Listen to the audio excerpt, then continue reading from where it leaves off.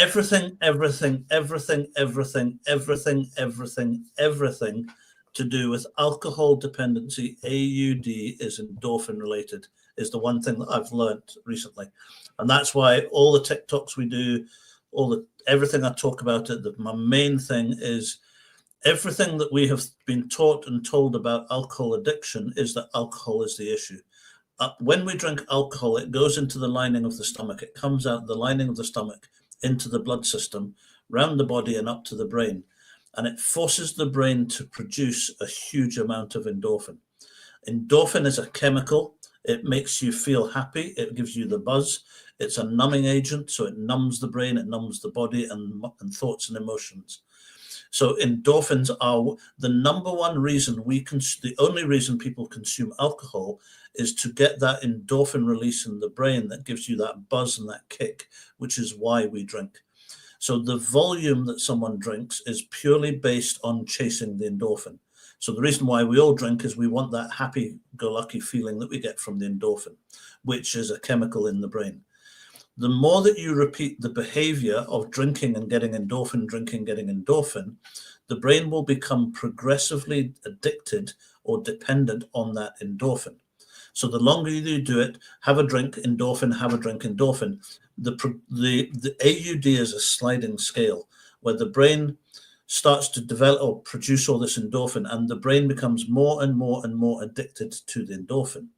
So then what happens is everyone seems to think in an abstinence-based program, and have done for the last 100, 200, 300, 400 years, and I thought it for years in rehab, the solution to anything to do with alcohol, when someone is, is vulnerable enough to put up their hand and say, I'm struggling with my alcohol intake, the only solution that we have today, apart from the Sinclair method and naltrexone, remove the alcohol out of the equation. That seems to be the obvious solution. However, when we get to the point where we understand that it's the endorphin that's the issue, not the alcohol, we're not addicted to vodka, we're not addicted to wine, we're not addicted to any form of alcohol, we're addicted to the endorphin that is released in the brain when you drink that. So when you remove the alcohol, you remove the endorphin.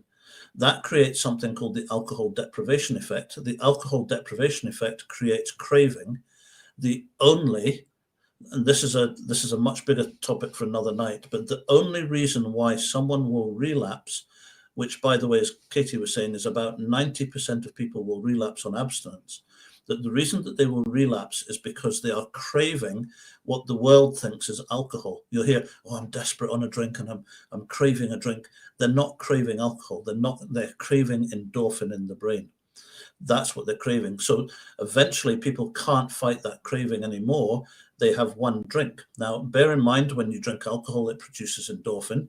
The brain has been the endorphin has been removed for a while, so the brain is now craving the endorphin and it's addicted to the endorphin. So when you have that one drink and the brain gets the rush of endorphin, it goes, wow. If you stick your head under an MRI scan, it lights up like a Christmas tree. And then all of a sudden you've got one drink, you get this huge endorphin reward, and you just go one more, one more, one more. In certain organizations, you'll hear them say one drink is too many and 20 is not enough. And that's absolutely correct, but they will never explain why. And the reason just why, like, because you are weak and you don't have willpower, right? Sorry, that's just like kind of the no, wow, yeah, that's true. So people will say it's weak, but people are not targeting the endorphin. And if when we understand, you drink alcohol, it produces endorphin, which is a chemical. It's a chemical in the brain. People say to me, but Bruce, it's trauma. It's past experiences, it's everything else. That is definitely the reason why a lot of people will start drinking. But once the brain becomes dependent on the endorphin, the addiction and the ongoing drinking is because the brain is addicted to endorphin.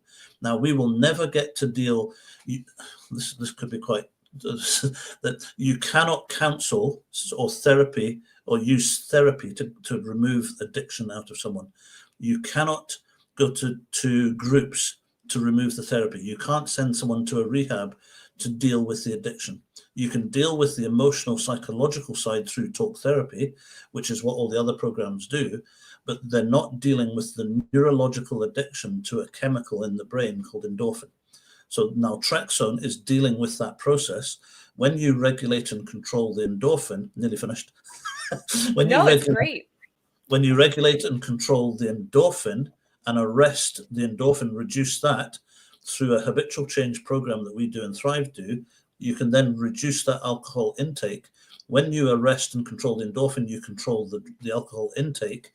Then you can then deal, if required, with the emotional, psychological trauma, PTSD, etc.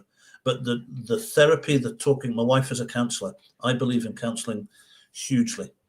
But counseling is not going to ever deal with the addiction. Endorphins. Yeah. It's true.